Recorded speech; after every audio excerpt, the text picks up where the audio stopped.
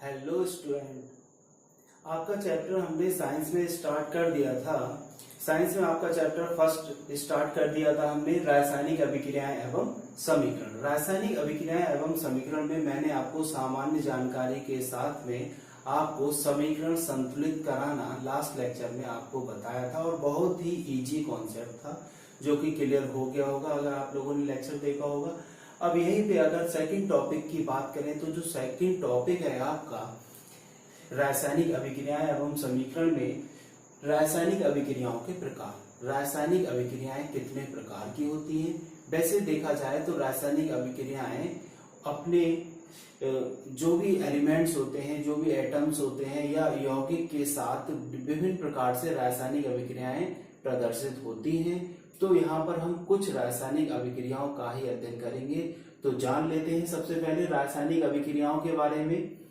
रासायनिक अभिक्रिया में किसी भी एक तत्व का परमाणु दूसरे तत्व के परमाणु में परिवर्तित नहीं होता है। कोई भी अगर रासायनिक अभिक्रिया हो रही है तो उसमें किसी भी एक तत्व का परमाणु, कोई भी अगर एक परमाणु दे रखा होगा तो किसी दूसरे परमाणु में परिवर्तित कभी भी नहीं होता है। और ना ही मिश्रण, कोई परमाणु, ना ही मिश्रण से कोई परमाणु बाहर जाता है, मिश्रण से कोई भी परमाणु बाहर भी नहीं जाता। अगर आप कोई भी केमिकल रिएक्शन करा रहे हैं, रासायनिक अभिक्रिया करा रहे हैं, तो उसमें अगर जो भी आपके कंपाउंड आपने उपयोग में लिए हुए हैं या आप उनके साथ अभिक्रिया करा रहे हैं तो उसमें से कोई भी मिश्रण बाहर नहीं जाएगा, बल्कि रासायनिक अभिक्रिया में अभिकारकों के पुराने बंध टूटते हैं। ये आपका इंपॉर्टेंट है, यहाँ पर पुराने बंध टूटते हैं तथा नए बंध बनने से किसका निर्माण होता है? उत्पाद का निर्माण होता है, उत्पाद बनता है। रासायनिक अभिक्रियाओं में परमाणु के विनिमय में अनेक प्रकार से हो सकते हैं। रासायनिक अभिक्रिया में जो परमाणु का विनिमय है वो अनेक प्रकार से हो सकता है या अनेक प्रकार से हो सकते हैं। इस आधार पर अभिक्रियाएं विभिन्न प्रकार की हो सकती हैं। इस आधार पर जो अभिक्रियाएं हैं वो विभिन्न प्रकार की हो सकती हैं। तो यहाँ पर हम केवल कुछ ही रासायनिक अभिक्रियाओं को पढ़ेंगे जो आपके सिलेबस में दे रखी हैं। और ये रासायनिक अभिक्रियाएं एग्जाम में समीकरण आपके संतुलित करने के लिए भी हो सकता है या फिर पहचान करने के लिए होंगी कि ये किस टाइप की रासायनिक अभिक्रिया है। सबसे पहले पढ़ेंगे हम संयोजन या योगात्मक अभिक्रियाएं। इसमें क्या होगा? केवल संयोजन होगा। कोई भी अगर एक कंपाउंड होगा वो आपस में संयुक्त होकर केवल एक उत्पाद का ही निर्माण करेगा। आगे है वियोजन या अपघटन। वियोजन या अपघटन में कोई भी एक कंपाउंड होगा वो दो या दो से अधिक कंपाउंड में टूट जाएगा या उत्पादों में टूट जाता है। वहीं पे अगर विस्थापन की बात करें तो कोई भी जो कंपाउंड होगा उसमें एक विस्थापन के लिए जो भी एलिमेंट होगा वो विस्थापित कर देता है। वहीं पे द्विविस्थापन में दोनों जो एलिमेंट होंगे या कंपाउंड के जो एलिमेंट होंगे वो आपस में एक्सचेंज कर लेते हैं, इंटरचेंज कर लेते हैं और द्विविस्थापन अभिक्रिया को शो करते हैं। वहीं पे बात करेंगे, नेक्स्ट है उपचयन और अपचयन अभिक्रियाएं। उपचयन अपचयन अभिक्रियाएं जो आपस में होती हैं उन्हें हम रेडॉक्स अभिक्रियाएं भी कहते हैं। क्या कहते हैं? रेडॉक्स।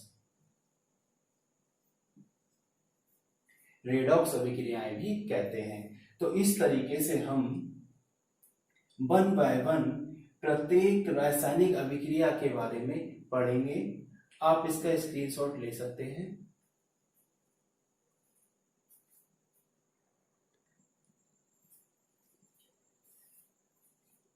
तो पहली रासायनिक अभिक्रिया के बारे में हम यहाँ पर डिस्कस करने वाले हैं। तो पहली रासायनिक अभिक्रिया हमारी क्या थी? संयोजन अभिक्रियाएं। संयोजन अभिक्रियाएं क्या होती हैं?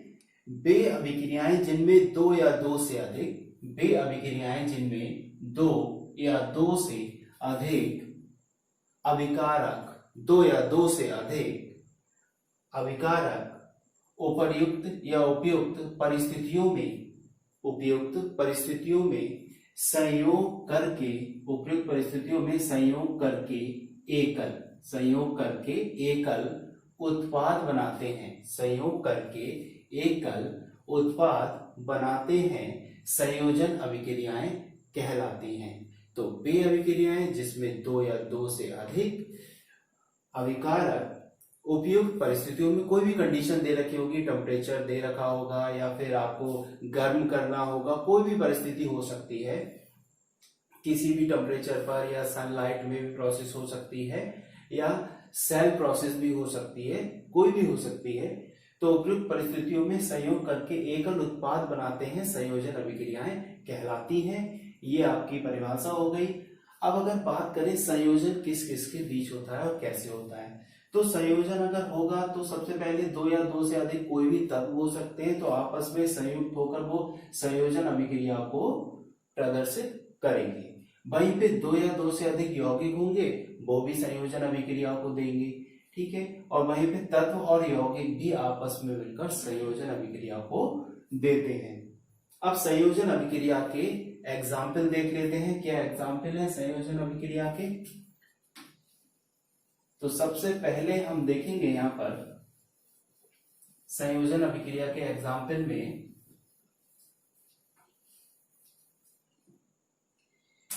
कोयले का दहन, तो हम किस में जला रहे हैं, वायु में। ये क्या है, ऑक्सीजन है।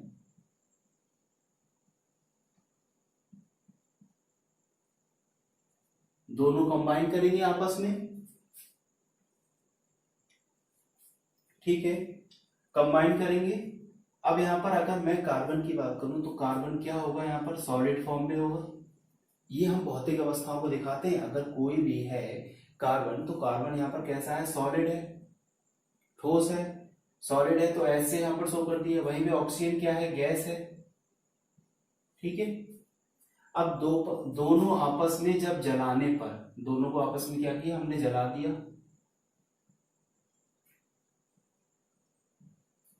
जलाने पर क्या हो जाएगा, यहां पर CO2 कार्बन डाइऑक्साइड गैस यहां पर हमें मिल जाएगी। और वो भी किसकी फॉर्म में होगा, गैस की फॉर्म में। कोई भी अगर हम समीकरण जब लिखते हैं तो उसमें भौतिक अवस्थाओं को हम शो कर सकते हैं। और हम भौतिक अवस्थाओं को सफिक्स में इस तरीके से लगाते हैं, अगर ठोस है तो S, गैस है तो G, और वहीं पे अगर लिक्विड फॉर्म में होगा कोई, तब वहां पर हम L का यूज करेंगे। तो ये हमारी पहला एग्जाम्पल हो गया कोयले का दहन। जब हम कार्बन को ऑक्सीजन की प्रेजेंस में जला देते हैं, उपस्थिति में जलाते हैं, तब क्या बन जाता है, कार्बन डाइऑक्साइड गैस बन जाती है। और यहाँ पर क्या हुआ, दो यहाँ पर क्या है, ये अभिकारक है, दोनों ने आपस में संयोजन किया और संयोजन करके हमें केवल एक ही उत्पाद यहाँ पर प्राप्त हुआ, कार्बन डाइऑक्साइड गैस। ये क्या है, कार्बन डाइऑक्साइड गैस, ठीक है। फर्स्ट एग्जाम्पल हो गया आपका, समझ गए सब। दूसरा देखिए, दूसरा है हाइड्रोजन का दहन। अब हम क्या करेंगे, हाइड्रोजन का दहन करेंगे।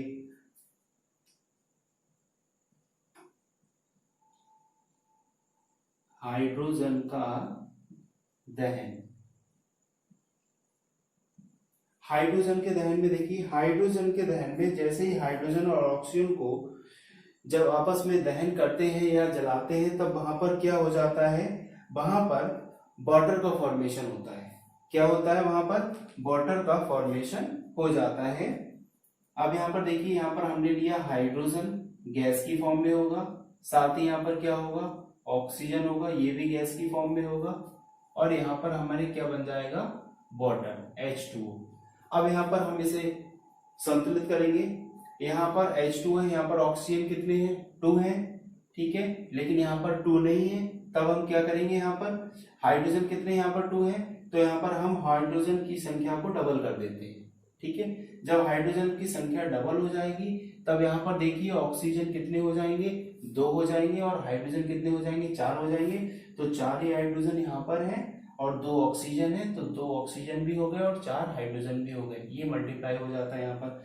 अब अगर इनकी भौतिक अवस्था की बात करें तो ये गैस फॉर्म में होगा, ये भी गैस फॉर्म में होगा, और इन दोनों का जब दहन होगा तो हमें यहाँ पर क्या मिल जाएगा, ये वाटर। ये किस में होगा, लिक्विड की फॉर्म में होगा, ठीक है। ये आपका सेकंड एग्जाम्पल हो गया। यहाँ पर ये क्या है, अभिकारक है, दोनों ने संयोजन किया और केवल एक उत्पाद यहाँ पर क्या दिया, जल। क्या दिया, जल। और ये दोनों कैसे हैं, गैस की फॉर्म में हैं। अब नेक्स्ट एग्जांपल देख लेते हैं, हाइड्रोजन तथा क्लोरीन का संयोजन। किसका करेंगे, हाइड्रोजन तथा क्लोरीन का संयोजन। संयोजन अभिक्रिया में 2 अभिकारक या 3 अभिकारक हो सकते हैं, लेकिन एक ही उत्पाद का निर्माण होगा, ये आपको ध्यान रखना है। तो तीसरा संयोजन करेंगे, ये हाइड्रोजन गैस हो गई, ठीक है, साथ में क्लोरीन ने संयोजन किया, ये भी गैस की फॉर्म में होगी। हमेशा नॉन मेटल जो होते हैं, अधातु होते हैं, वो क्या है, एक मॉलिक्यूल की फॉर्म में ही रहते हैं, वो सिंपली रिएक्ट नहीं करते। अब ये दोनों आपस में कंबाइन करके क्या बना देंगे, 2HCl। क्या बनाएंगे, 2HCl। अब ये भी 2HCl, ये हाइड्रोक्लोरिक यहाँ पर गैस की फॉर्म में होगा, हाइड्रोक्लोरिक गैस, ये हाइड्रोक्लोरिक गैस होगी, ये भी गैस की फॉर्म में है। भौतिक अवस्था की बात करें तो ये भी गैस की फॉर्म में है, और यहाँ पर ये भी हाइड्रोजन क्लोराइड गैस होगी। क्या है, hydrogen chloride gas, hydrogen chloride gas.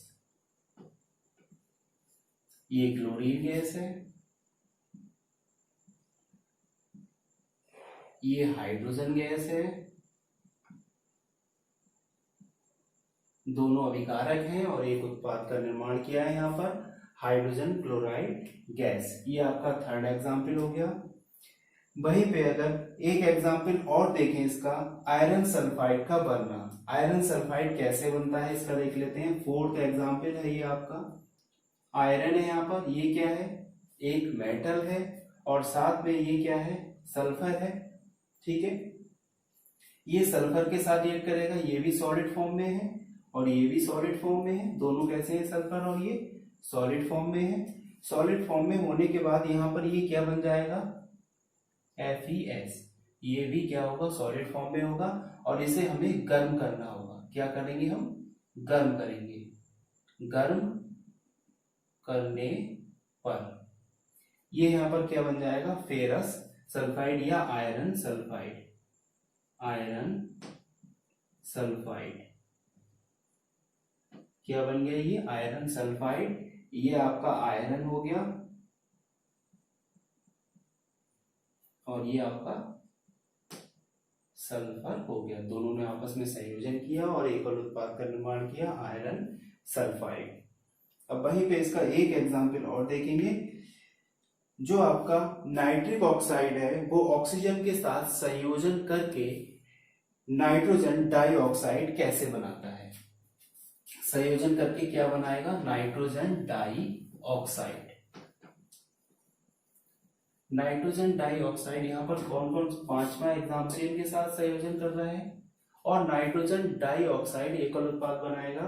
तो यहाँ पर देखिए नाइट्रोजन डाइऑक्साइड क्या होता है, NO2। नाइट्रोजन डाइऑक्साइड क्या होता है, NO2।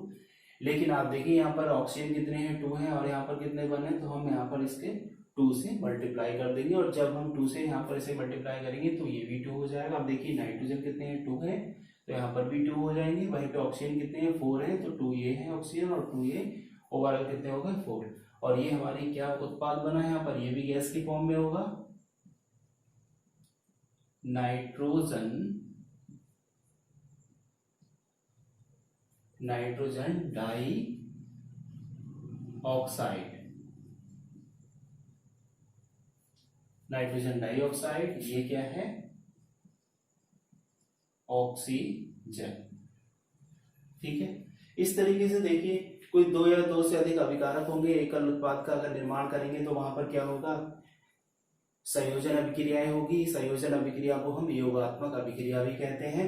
अब आप केवल एक ही बात ध्यान रखेंगे कि 2 अभिकारक या 3 अभिकारक हो सकते हैं, केवल अगर एकल उत्पाद बनना है तो वहां पर क्या होगा, संयोजन अभिक्रिया होगी।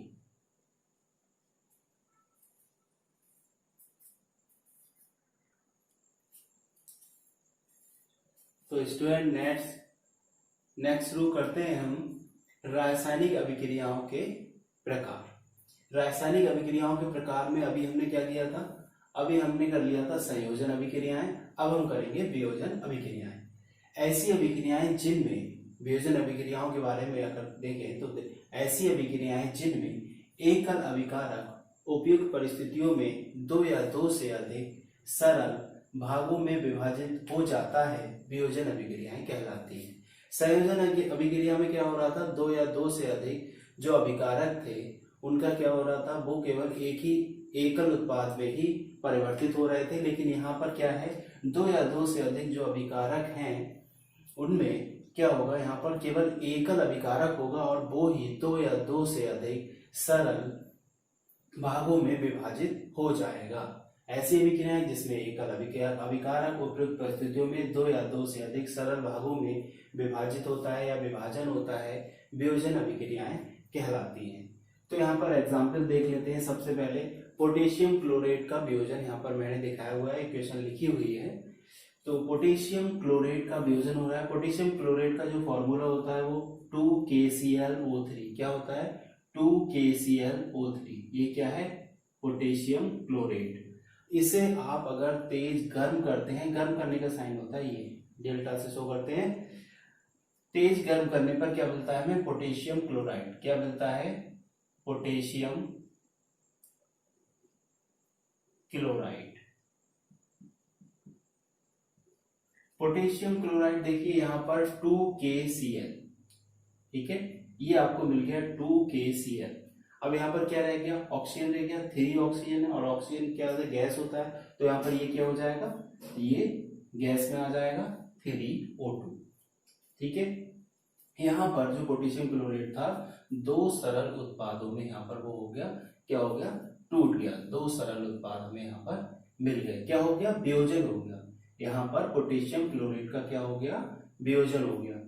अब देखते हैं सेकंड, चूना पत्थर का वियोजन। चूना पत्थर का जो फॉर्मूला होता है कैल्शियम कार्बोनेट, कहते हैं इसे CaCO3, मैंने आपको नोट कराया था CaCO3। इसे भी हम गर्म करेंगे, सॉलिड फॉर्म में ही है, ठीक है। ये भी सॉलिड फॉर्म में था, ये भी सॉलिड फॉर्म में मिला था और ये गैस के फॉर्म में मिला था।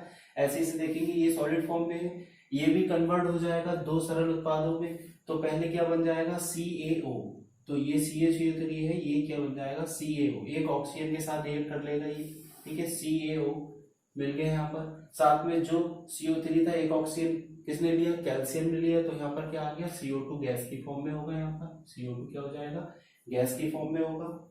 अब अगर थर्ड की बात करें, हाइड्रोजन पेरोक्साइड का वियोजन हो रहा है। यहाँ पर क्या हो रहा है, हाइड्रोजन पेरोक्साइड का वियोजन।